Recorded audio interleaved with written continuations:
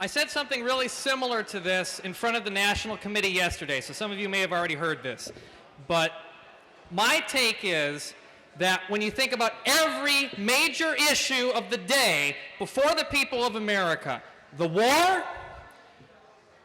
not just one war, but all of the wars. When you think about issues like trade, when you think about issues like transportation, when you think about education, when you think about energy policy, on each and every one of those issues, there is only one party in this country that is actually representing the interests of the majority of the American people, and that's the Green Party.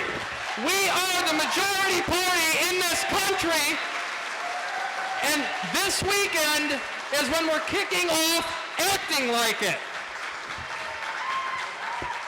And what I mean by that is, if we're going to be the majority party, not just in terms of our positions, but in terms of actually running this country, because we know that the people running this country have already run it far underground, then we have to be on the ballot to get elected.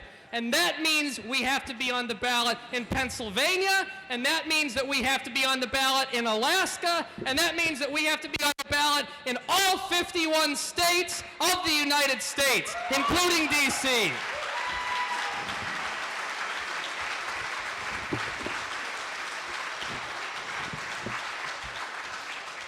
But let me tell you what we're up against.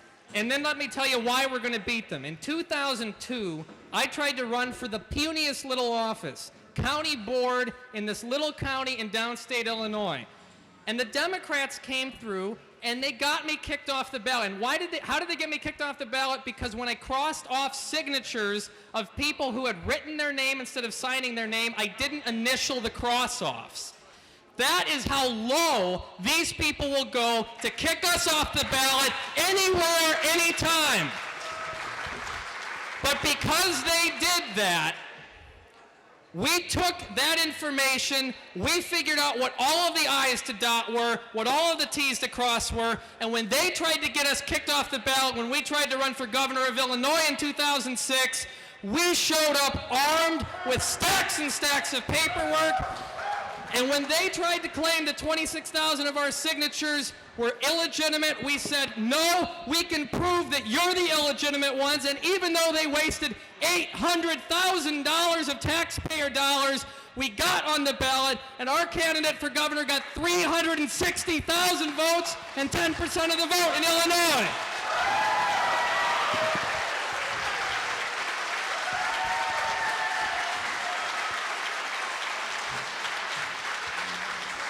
And you see, Illinois is what's called a challenge state. Instead of us turning in our signatures to the State Board of Elections, the Democrats actually filed and claimed that they were all wrong. And that's the exact same kind of thing that they have done multiple times over in Pennsylvania.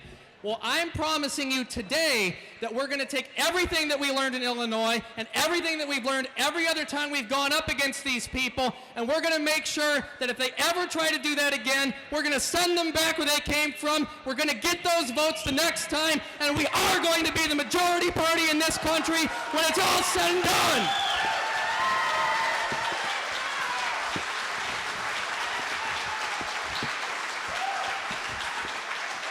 And for all of that to happen, the National Green Party, all Greens at the grassroots level need to understand that ballot access, the basic right to be on the ballot, the fundamental right in a democracy to run for office and to vote for who you want to vote for, needs to be the #1 priority internally of this party if we're going to be the majority party in this country.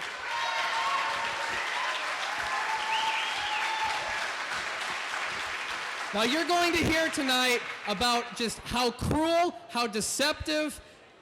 I don't have the adjectives to describe what the Democrats are in Pennsylvania, but they're that way everywhere across the country, and that is why America needs us now. We need the Green Party in power, and all of us together can combine to make this happen. And in 2008, we will be on the ballot in all 51 states.